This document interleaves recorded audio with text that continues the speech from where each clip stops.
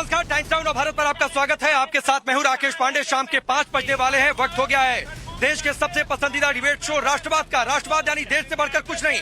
फिलहाल मेरी मौजूदगी है बीजेपी हेडक्वार्टर पर और आप यहां पर तस्वीरें देखिए किस तरीके से यहां पर एक बड़े जश्न की तैयारी है और जश्न इस बात को लेकर कि भारतीय जनता पार्टी की जो विजय हरियाणा में हुई है उस विजय का जश्न। और ये बार बार दावा कि मोदी मैजिक पर मुहर।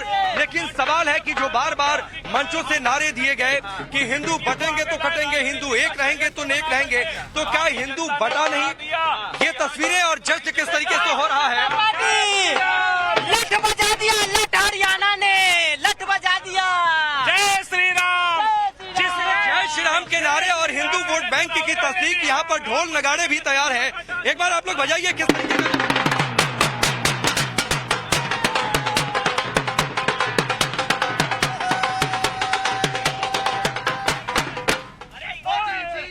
तो कौन सा मोदी जी वाह, मोदी जी हरियाणा जीत गया है।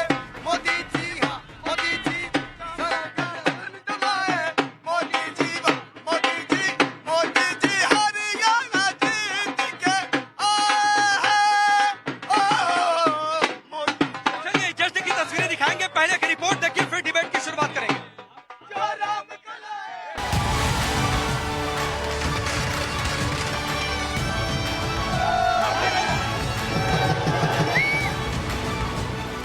ये जश्न हरियाणा में लगातार तीसरी बार जीत की हैट्रिक लगाने का है। ये जश्न भगवान लहराने का है। ये जश्न विपक्ष के झूठे नैरेटिव को मात देने का है। ये जश्न मोदी मैजिक का है। मोदी पर हरियाणा की जनता के विश्वास का है। हरियाणा विधानसभा में बीजेपी ने जीत की हैट्रिक लगा दी है। अकेले दम पर बहुमत पार कर बीजेपी की इस जीत से कार्यकर्ताओं में फुल जोश है। तो कांग्रेस जो अति आत्मविश्वास में जीत के सपने देख रही थी, नतीजों के बाद मायूस है। वहीं बीजेपी जीत का पूरा श्रेय प्रधानमंत्री मोदी को दे रही है। लोकतंत्र की जीत हो गई है। करारा जवाब उस रॉकेट को है जो लॉन्च नहीं होता है और कहता है कि भारत का लोकतंत्र खत्म हो गया है। और अर्ज किया है, उन्हें गुमा था कि मेरी उड़ान कम है, उन्हें गुमा था मेरी उड़ान कम है, मुझे यकीन था पूरा आसमान कम है। आज हरियाणा में खासकर ये दिखा दिया है कि जलेबी फैक्ट्री में नहीं बनती है, मेहनती हलवाई की दुकान में बनती है। हरियाणा में बीजेपी की जीत के कई अहम फैक्टर हैं, लेकिन सबसे अहम फैक्टर है कि हिंदू वोटर बटे रहे। नतीजे सामने आने के बाद गिरिराज सिंह ने सोशल मीडिया पर लिखा, हरियाणा में हिंदुओं को जाति के आधार पर बांटने का प्रयास विफल हो गया। लोकसभा चुनाव में कांग्रेस और विरोधी पार्टियों ने आरक्षण हटाने और संविधान को खत्म करने वाला दांव खेला। हिंदू वोट को बांटने की चाल चली। लोकसभा चुनाव में कांग्रेस का दांव चल गया, लेकिन हरियाणा की जनता ने कांग्रेस के इस दांव को नकार दिया। एक मुश्त हिंदू वोटरों ने बीजेपी की झोली में वोट कर दिया। हरियाणा में 27% जाट है, 73% गैर जाट वोटर है। गैर जाटों में ओबीसी 34%, दलित 20.5%, ब्राह्मण और पंजाबी 7-7%, वैश्य 3% और राजपूत 1.5% है। लोकसभा चुनाव के नतीजों से सबक लेते हुए बीजेपी ने सूबे की सबसे बड़ी आबादी यानी ओबीसी पर फोकस किया। ओबीसी समाज से आने वाले नायब सिंह सैनी को मुख्यमंत्री बनाया। साथ ही चुनाव में 24 ओबीसी उम्मीदवार भी उतार दिए, जबकि कांग्रेस अति आत्मविश्वास में रही। हरियाणा चुनाव का रिजल्ट आ चुका, जम्मू कश्मीर का भी आ चुका। एक अकेला सब पर भारी, नरेंद्र मोदी जी, नरेंद्र मोदी जी। आज मोदी जी का सबका साथ, सबका विकास, समृद्ध समाज को विकास की ऊंचाई पर ले जाना एक पथ प्रदर्शक का काम किया है और टुकड़े टुकड़े गैंग को आईना भी दिखा दिया है। हरियाणा में विकास और भ्रष्टाचार मुक्त शासन, ये दो विषय हैं जिस पर हरियाणा की जनता ने दिल्ली वहां की भारतीय जनता पार्टी को वर्डिक्ट दिया। दिल्ली में भी कुछ ऐसा ही? दिल्ली में भी ऐसा ही होगा। दिल्ली में जो लोग शोर मचा रहे थे भ्रष्टाचारी लोग, हरियाणा से अब वो संदेश वहां तक भी जा रहा है कि इनकी भी उल्टी गिनती शुरू हो गई। प्रधानमंत्री मोदी हो या यूपी के सीएम योगी आदित्यनाथ, इन्होंने जनता को साफ संदेश दिया था, बटेंगे तो कटेंगे, एक रहेंगे तो नेक रहेंगे।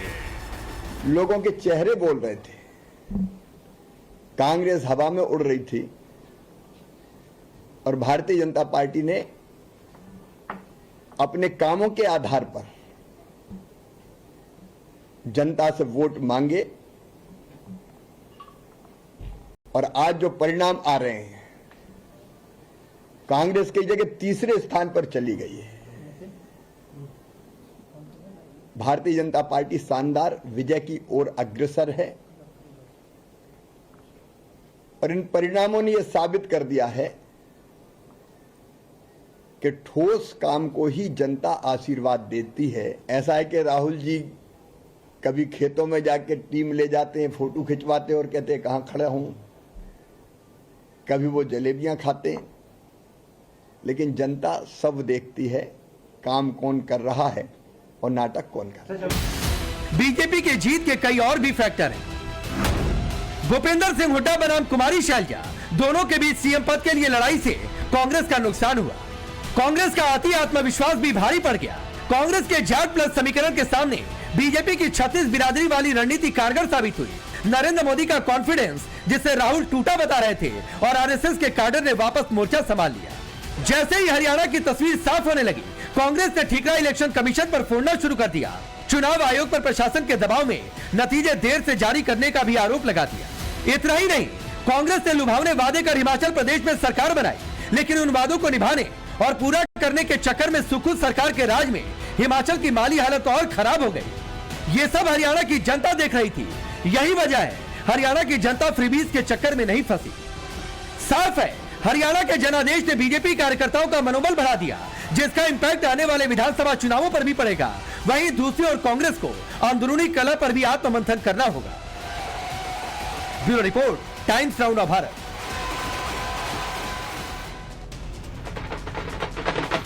तो ये रिपोर्ट आपने देखी है। गांव गांव हिंदू वोट बैंक को क्या वोट नहीं पाई, जो बीजेपी आरोप लगा रही है, एक छूट रह गया। लेकिन फिलहाल ये बीजेपी हेडक्वार्टर की तस्वीरें हैं। अब से थोड़ी देर बाद यहाँ पर बीजेपी के राष्ट्रीय अध्यक्ष जेपी नड्डा आएंगे। 7:30 बजे के आसपास प्रधानमंत्री मोदी आ रहे हैं। कार्यकर्ताओं के बीच उनका संबोधन होगा, क्या कुछ कहेंगे ये देखकर दिलचस्प रहेगा। लेकिन ये ढोल नगाड़ों की गूंज आपको बता रही होगी कि दरअसल ये हरियाणा यहाँ पर अटकलें इस बात को लेकर थी कि कांग्रेस शायद जीत जाए, तमाम पोल्स इस बात को लेकर, लेकिन वो अटकलें गलत साबित हुई। नतीजा ये निकला कि बीजेपी सरकार बनाने जा रही है। तमाम मेहमान हमारे साथ जुड़े हैं। राधिका खेड़ा हमारे साथ जुड़ेंगी, भारतीय जनता पार्टी की नेत्री और राष्ट्रीय प्रवक्ता। अवनीश अवस्थी जी पॉलिटिकल एनालिस्ट के तौर पर, जगदीश शर्मा जी कांग्रेस पार्टी के नेता, प्रेम कुमार जी वरिष्ठ पत्रकार हैं, और न्यवन शर्मा आम आदमी पार्टी के नेता और प्रवक्ता है। आप सभी का बहुत बहुत स्वागत है। जगदीश जी, आपसे शुरू कर रहा हूँ। सुबह 6 बजे ढोल बजा रहे थे, वो ढोल तो फट गया, यहाँ पर ढोल बज रहा है बीजेपी हेडक्वार्टर में। लेकिन सबसे बड़ी बात है कि हिंदू वोट बैंक को जो बांटने की कोशिश जो बीजेपी आप पर आरोप लगाती है, वो हिंदू वोट बैंक बटा नहीं। राकेश पांडे जी अभी गिरिराज मनीषा जी के कह रहे थे एक अकेला सब पर भारी, बिल्कुल ठीक कह रहे थे। एक अकेला किसान पर भारी, महंगाई पर भारी, जनता पर भारी, किसान पर भारी। मैं समझता हूं एक अकेला पूरे भारत पर भारी है। हर आदमी लाचार और मजबूर है। ये कोई जीत नहीं है उनकी। कैसे लूटे सब जानते हैं। आपके चैनल वाले भी, सभी मोदी के चैनल वाले कल तक तो कांग्रेस के लिए खुशियां मना रहे थे। क्या उनका अनुभव भी फेल होगा था? कहीं ना कहीं मैं समझता हूं ये खेल चल रहा है, जो 11 बजे से 2 बजे तक चुनाव को रोक देना और जिस तरह का माहौल बना दिया है, कहीं ना कहीं ये वो उदित राज जी ठीक कह रहे हैं। ये ईवीएम की सरकार है, ईवीएम से हर बार जीतती है और ये सबको समझ में आ रहा। अब तो हरियाणा जीतने के बाद इनमें उनके चेहरे पर वो खुशी नहीं है जो एक सच्ची जीतने वाले एक कहावत आपने सुनी होगी, दिल बहलाने के लिए गालिब ख्याल अच्छा है। अब तो सोचिए कि जब सब पोल आपके पक्ष में थे, उसके बाद यही तो जनता जनार्दन होती है कि कब किसको ऊपर उठा दे, कब किसको नीचे कर दे। आप अभी भी कह रहे हैं, आप मानने को तैयार नहीं है, तो सर क्या करेंगे? आप ये मानने को तैयार नहीं है कि हिंदू वोट बैंक बटा नहीं, आप ये मानने को तैयार नहीं है कि आपके अंदर की जो गुटबाजी थी वो भारी पड़ गई। मैं इसलिए मानने को तैयार नहीं हूं। मेरे 2 दोस्तों ने 3 दिन पहले बता दिया था, जो एक तो बहुत अमित शाह के नजदीक है और एक मोदी के, कि कांग्रेस की 35 से ज्यादा सीट नहीं आएगी। मैं हैरान था कि ऐसे कैसे कह रहा है और रिजल्ट सामने आ गया। कहना कि खेल शायद आप लोगों को समझ में नहीं आ रहा, देश को समझ में आ रहा कि देश को दोनों हाथों से कैसे लूटा जा रहा है। बताइए क्या काम अच्छा कर दिया मोदी जी ने कि मोदी जी को जनता ने वोट दे दी, किसान मार दिया, महिला बहन बेटी मार दी, महंगाई बढ़ा दी। प्लीज एक आपसे गुजारिश है कि हार जाइए तो हार को स्वीकार करिए सर। जनता का मजाक मत उड़ाइए कि जनता ने वोट नहीं दिया तो हम गाली देना शुरू कर देंगे या फिर दोष देना। हम 12 साल से ये मत करिए। राधिका खेड़ा जुड़ गई है क्या? तो जनता हारी है ना तो जनता हारी और ना हमारे हैं, लेकिन झूठ चल रहा है। एक झूठे आदमी को भगवान बनाया जा रहा है। कांग्रेस या किसी भी पार्टी के हारने का ये मतलब नहीं होता है कि जनता हार गई है। हम नहीं तो आ ये रहे, मत कहा करिए अवनीश जी, ये कोई मतलब नहीं कि हम हार गए तो जनता हार गई, कांग्रेस पार्टी हार गई तो जनता हार गई। हरियाणा के चुनाव को लेकर पूरे देश में चर्चा है। हरियाणा के चुनाव को लेकर पूरे देश में चर्चा। ये चल क्या रहा है? एक आदमी कह रहा हमने वोट ही नहीं दिया बीजेपी को, फिर भी मोदी का नाम लेकर जीत रहे। नहीं सर, ये आप चर्चा करिए, अपने मन के अंदर चर्चा करिए। अभी अवनीश जी को बोलने दीजिए। अवनीश जी, क्या ये हरियाणा की जनता का अपमान नहीं है कि एक पार्टी हार गई तो जनता हार गई? अरे जनता ने हराया है। राकेश जी, ये कोई नया रिकॉर्ड नहीं है। रिकॉर्ड 2014 से सुन रहे हैं हमने, और जनता बार बार इनको पराजित करती है। आज ये कह रहे हैं कि कल एग्जिट पोल में कांग्रेस जीत रही थी तो आज कैसे हार गई। अरे एग्जिट पोल में तो 2024 के इलेक्शन में बीजेपी 350 सीट ले रही थी, तब 240 कैसे आ गई? तब आपको नहीं लगा था कि सारे मीडिया चैनल, सीफोलॉजिस्ट, पोलस्टर्स बिके हुए हैं? तब आपको नहीं लगा था? ये राकेश जी बात समझ में आनी चाहिए। और उन लोग, भैया मैं किसी के बीच में नहीं बोलता हूँ, वोट आ रही है, मैं कह रहा हूँ मैं किसी के बीच में नहीं बोलता हूँ, ना मैंने किसी की बिल्डिंग पे कोई कब्जा किया हुआ। बोले इसलिए मैं ये कह रहा हूँ कि राकेश जी बात बड़ी साफ सी है। भैया राकेश जी, ये एंटी अगेंस्ट वोट नहीं है, गुस्से का वोट नहीं है। ये वोट भारतीय जनता पार्टी की सरकार के पक्ष का वोट है। कौन सा ऐसा चुनाव होगा जहां तीसरी बार और वो भी हरियाणा जैसे चुनाव में, जहां 2014 से पहले हरियाणा में बीजेपी का कोई अस्तित्व नहीं था। 3, 4, 5, 7 छोटे भाई देवीलाल के साथ कभी किसी और के साथ मिलकर के चुनाव लड़ते थे। 2014 के पश्चात बीजेपी की सरकार ने वहां की जनता को बिना खर्ची पर्ची, एक सुशासन, बिना किसी भ्रष्टाचार के, जमीनों पर किसी का कब्जा नहीं, जमीनों को किसी के हवाले नहीं करना, जब वहां की जनता ने ये देखा है। और एक बात और राकेश जी मैं आपको साफ कर दूं कि ये बहुत ही भ्रम फैलाया गया कि जाट जो है ना वो बीजेपी के साथ नहीं है। बिल्कुल भी ऐसा नहीं है। ऐसा होता तो आज ये परिणाम नहीं होता। बड़ी साफ सी बात है। इसलिए अवनीश जी, अभी जाट गैर जाटो इस पर आऊंगा। मुझे एक बात बताइए, ये बार बार, क्योंकि भारतीय जनता पार्टी के नेता योगी आदित्यनाथ हरियाणा में गए तो उन्होंने कहा कि बटेंगे तो कटेंगे। महाराष्ट्र में इस बात की तस्दीक प्रधानमंत्री मोदी खुद कह चुके हैं कि बांटने, अगर बटेगा हिंदू वोट बैंक तो दिक्कत होगी। तो ये एक मैसेज तो गया है कि ये जो जातियों वाला चाल चली जा रही थी वो कामयाब नहीं हो रही है। राकेश जी, पहली बार मैंने देखा कि कोई व्यक्ति या कोई विपक्ष जो है इकट्ठा होने को, एकता को क्रिटिसाइज कर रहा है। नरेंद्र मोदी जी ने कहा सबको इकट्ठा रहना है, भागवत जी ने कहा सब इकट्ठे हो, योगी जी ने कहा सब एक हो। एक होने को कह रहे हैं कि ये गलत है। अब तक मैंने सुना था कि विभाजन को गलत कहा जाता है, बांटने को गलत कहा जाता है। यहाँ पर तो ये विपक्ष ऐसा है जो कहता है कि नहीं, अलग अलग हो सब। एक अगर समूचा भारतवर्ष एक होगा तो भारतवर्ष आगे बढ़ेगा या पीछे हटेगा। लेकिन जयचंदों की तो कमी नहीं है इस देश में। तब भी जयचंद थे जब भारत गुलाम हुआ था, परतंत्र हुआ था। नेवन शर्मा, आप लोगों का गठबंधन हो नहीं पाया तो ये मन के अंदर आप लोग खुश हो रहे होंगे। कांग्रेस पार्टी को कहने का मौका मिल गया कि भाई देखो तुम तो गठबंधन किए नहीं, हिंदू वोट बैंक को भी बांट नहीं पाए। नहीं सर, हम लोग वोट बैंक की राजनीति करते नहीं है। ये लोग करते हैं वोट बैंक की राजनीति, इनको मुबारक। हम तो जो हरियाणा की जनता का निर्णय है उसका बिल्कुल सर झुका के स्वागत करते हैं, और जो भी उन्होंने निर्णय लिया है हम बिल्कुल उनको विद ड्यू रिस्पेक्ट हम उसको मानते हैं। हम और मेहनत करेंगे हरियाणा में। हम नई पार्टी है, हम पहली बार चुनाव लड़े थे ताकत से। 7000 गाँव में हमारा संगठन बन गया। वो संगठन और मेहनत करेगा, लोगों को और जागरूक करेगा, लोगों को बताएगा कि किस तरह से एक राजनीति अलग होती है, सरकार चलाना अलग होता है। हो सकता है ये लोग राजनीति करने में बहुत अव्वल हों, लेकिन सरकार चलाने में विफल रहे हैं। सरकार ठीक से नहीं चला पाए हरियाणा की। हमारा मैसेज हो सकता है लोगों तक अच्छे से नहीं पहुंचा। हम और कोशिश करेंगे, हम और मेहनत करेंगे। आने वाले समय में आम आदमी पार्टी को और स्ट्रेंथन करेंगे हम हरियाणा में, और आगे की जो लड़ाई है और ताकत से लड़ेंगे। नहीं नेमन भाई, एक चीज जरा बता दीजिए। मैं एक चीज और आपसे पूछना चाहता हूँ, और सवाल ये है कि अब तो दिल्ली का चुनाव भी बहुत दूर नहीं है, तो दिल्ली के चुनाव में अब आप लोगों के अंदर एक और बात की खुशी तो होनी होगी और होनी भी चाहिए कि अगर गठबंधन की बात आती है तो कांग्रेस में बार्गेनिंग पावर आप लोगों की स्ट्रॉन्ग रहेगी। दूसरा ये कि अब तो ये भी आप लोग शायद सोचेंगे कि गठबंधन करना भी है कि नहीं दिल्ली में। नहीं देखिए, दिल्ली का चुनाव तो बिल्कुल अलग चुनाव है। दिल्ली का काम अरविंद केजरीवाल जी के कामों का चुनाव है। दिल्ली में हमने काम करके दिखाए, जनता हमारे साथ है। इस चुनाव का दिल्ली चुनाव से कोई लेना देना नहीं है। ये एक अलग राज्य का चुनाव था। यहाँ पे एक नेशनल पार्टी होने के नाते अरविंद केजरीवाल जी के नेतृत्व में आम आदमी पार्टी जो है वो एक एंट्री हम करना चाहते थे, हमने करी। हमने अपना संगठन बनाया। दिल्ली में तो हमने काम किए। दिल्ली का जो चुनाव होगा वो कामों पर लड़ा जाएगा। वहां पे तो दूसरी पार्टियों के लिए दिल्ली में कोई जगह ही नहीं है। इस चुनाव का दिल्ली चुनाव से कोई लेना देना नहीं। दिल्ली में हम पूर्ण बहुमत की एक फुल फ्लैश मेजॉरिटी की 70 में से 70 सीटें लेकर सरकार बनाएगी। ठीक है, नहीं ठीक है। वो अच्छा है कि एक कांग्रेस को आईना यहां से दिखा रही है आम आदमी पार्टी। जगदीश जी सुन भी रहे होंगे, मैं आऊंगा सर इस पर जगदीश जी आपके पास, लेकिन उससे पहले प्रेम जी, बहुत बातें हुई कि ये नहीं वो नहीं, हरियाणा में ये नहीं चलेगा, कौन से मुद्दे, यात्रा, सारी बातें एक और हो गई। और एक हिमाचल का मॉडल का भी सच लोगों ने देख लिया कि क्या होगा अगर फ्रीबीज के चक्कर में फंसेंगे। तो एक बात है, ना जाति वाला चक्र बहुत ज्यादा चलने वाला है, ना अगर कोई बांटने की कोशिश करेगा, क्योंकि एक मैसेज तो गया है कि ये जातियों की बात इसलिए हो रही है कि हिंदू वोट बैंक को बांट दिया जाए। देखिए पांडे जी, इस इलेक्शन को आप देखिए कि कांग्रेस 28% से 39% वोट पर पहुंची है और जनता बटी हुई भी है, तो 39% पर बटी है। 39% बीजेपी के पास, 39% कांग्रेस के पास। जाति में अगर बटी होती तो ये फिगर नहीं मिलता आपके पास। इसलिए जाति में बंटने की बात तो हरियाणा पर लागू ही नहीं होती। धर्म में बंटने की बात तो हरियाणा पर लागू ही नहीं होती।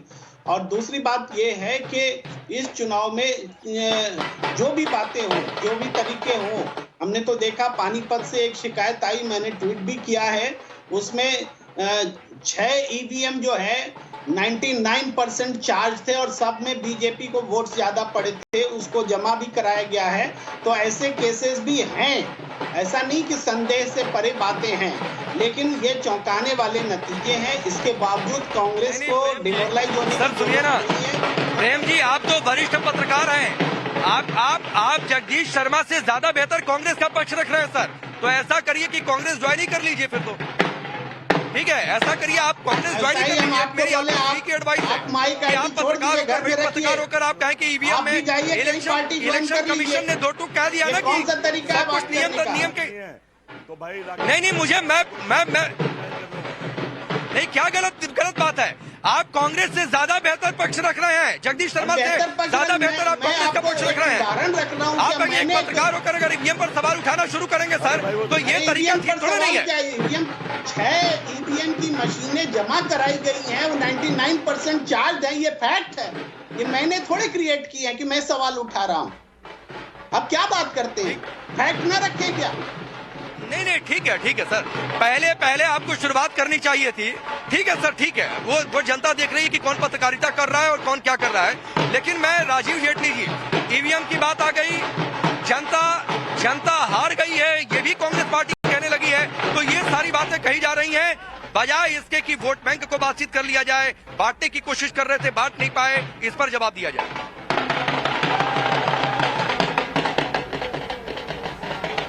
जनता हार गई है, इसकी उम्मीद नहीं थी कि कांग्रेस पार्टी इस तरीके की बात कहेगी कि जनता हार गई है। मतलब जनता का चुनाव बता रहे थे और कह रहे थे जनता ही चुनाव लड़ रही है। जब जनता चुनाव लड़ रही है तो जनता को मालूम है कि मुझे किसको वोट करना है। देखिए, बहुत इन्होंने खाई खोदने की कोशिश करी, जाट नॉन जाट के नाम पे, किसान के नाम पर, पहलवान के नाम पर बहुत खाई खोदने की कोशिश करी। लेकिन मुझे लगता है कि जो चेहरे दिखाए जा रहे थे, उन चेहरों से परे जो चेहरे असल में प्रदेश के विकास से जुड़े थे, उन्होंने भारतीय जनता पार्टी को मैंडेट किया और सभी जातियों ने भारतीय जनता पार्टी को अपनी पहली पसंद बताया। इतना बड़ा मैंडेट नहीं मिलता है, इतना बड़ा मैंडेट नहीं मिलता है जब तक सभी जातियों का समावेश नहीं होता उसके अंदर। और हरियाणा के अंदर हर व्यक्ति चाहता था कि मेरे अधिकार मेरे दरवाजे पर आए, और दरवाजे तक पहुंचाने के लिए जो व्यवस्था हमने बनाई थी, उन व्यवस्थाओं का परिणाम ही है जो आपकी स्क्रीन के ऊपर नजर आ रहा है। ये उस व्यवस्था का परिणाम ही है जो आम आदमी घर से बाहर निकला और उसने अपनी उंगली की ताकत दिखाई, क्योंकि यहाँ दबंगों की ताकत से नहीं, उंगली की ताकत से चुनाव जीते जाते हैं और हर किसी का वोट का बराबर का अधिकार होता है। ये जो वोकल तरीके से शोर मचाया जा रहा था कि हमारा भारतीय जनता पार्टी का सुपड़ा साहब कांग्रेस आ रही है, तो जनता को भी लगा कि ये इतने कॉन्फिडेंट वो भी वो वाले लोग जिनका हमने 10 साल का कुशासन देखा है। उसका संक्षिप्त जवाब है, ये आप लोग कांग्रेस के अंदरूनी कला की हार मान रहे हैं। आप लोग हिंदू वोट बैंक को एकजुट रखने में कामयाब हो गए हैं, इस वजह से आप लोगों को ये नतीजा दिख रहा है। ठीक है, ये किस वजह से आप लोगों को नतीजा दिख रहा है?